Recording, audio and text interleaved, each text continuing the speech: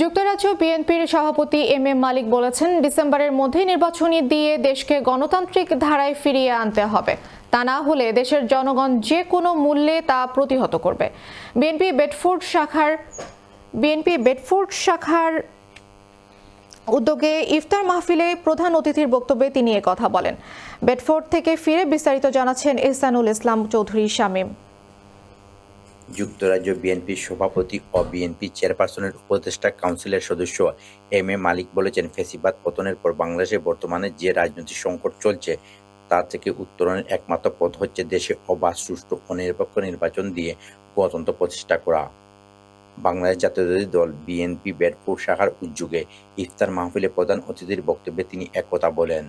দেশের গণতন্ত্র হত্যাকারী ফেসিস্ট হাসিনা এবং ইন্ডিয়া তারা মিলে আবারও বাংলাদেশকে, যাতে বাংলাদেশে গণতন্ত্র ফিরে না আসে, এটার জন্য একটা ষড়যন্ত্র আবার চলছে। দীর্ঘ 16 বছর ফ্যাসিস্ট তাবেদার সরকারের কারণে মানুষ প্রকৃত অর্থে কোনো ভোট দিতে পারে নাই। এই অন্তর্বর্তীকালীন সরকারের কাছে আহ্বান জানাবো যে আপনারা কোনো ধরনের টালবাহানা না করে অনতিবিলম্বে এই একটা ফ্রি এন্ড ফেয়ার নির্বাচনের ব্যবস্থা করবেন। বিএনপি বেডফোর্ড শাখার সাবেক সভাপতি আলহাজ তারুমের সভাপতিত্বে ও যুক্তরাজ্য বিএনপি সহ প্রশিক্ষণ বিষয়ক সম্পাদক এবং সাবেক Bedford BNP secretary SM Suhel আহমেদের পরিচালনায় স্থানীয় বেডফোর্ড মার্কেট সেন্টারে এই ইফতার মাহফিল অনুষ্ঠিত হয়। তিনবারের সাবেক প্রধানমন্ত্রী বেগম খালেদা জিয়ার রোগ মুক্তি কামনা এবং আমাদের প্রাণপ্রিয় নেতা দেশনায়ক জনাব তারেক রহমানের দীর্ঘায়ু কামনা করি। শাখার যুগ্ম সম্পাদক জামাল উদ্দিনের স্বাগত বক্তব্য মধ্যে দিয়ে শুরু হওয়া সভায় প্রধান বক্তা ছিলেন সিলেট মহানগর বিএনপি সাবেক সেক্রেটারি ও বর্তমান সদস্য বদ্দুজ্জামান সেলিম।